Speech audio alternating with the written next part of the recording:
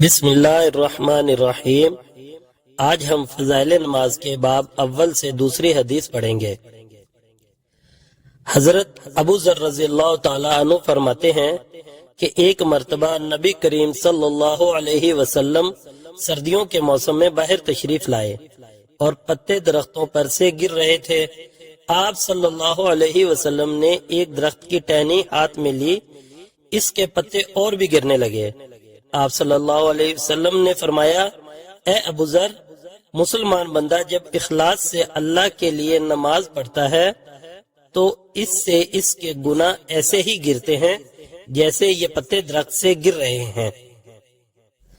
فائدہ میں شیخ لکھتے ہیں، سردیوں کے موسم میں درختوں کے پتے ایسے ہی گرتے ہیں کہ بعض درختوں پر ایک بھی پتا نہیں رہتا۔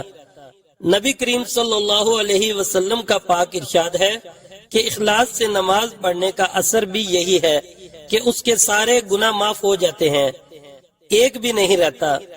مگر ایک بات قابل لحاظ ہے، علماء کی تحقیق آیت قرآنیہ اور حدیث نبوی کی وجہ سے یہ ہے کہ نماز وغیرہ عبادات سے صرف گناہ صغیرہ معاف ہوتے ہیں، کبیرہ گناہ بغیر توبہ کے معاف نہیں ہوتے۔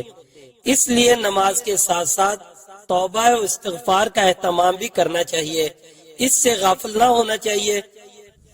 البتہ حق تعالی شانہ اپنے فضل سے کسی کے گناہ کبیرہ بھی معاف فرما دیں تو دوسری بات ہے۔ دعا ہے کہ اللہ تعالی مجھے اور آپ کو 5 وقت کا پکا نمازی بنا دے، آمین ثم آمین۔ السلام علیکم ورحمۃ اللہ وبرکاتہ۔ اگر میری یہ کوشش میرے سننے والوں کو پسند آئے تو پلیز لائک کیجئے گا، کمنٹس کیجئے گا اور صدقہ جاریہ کے لیے شیئر بھی کیجئے گا۔ یاد رہے، الفاظ آپ کی شخصیت کی پہچان ہوتے ہیں۔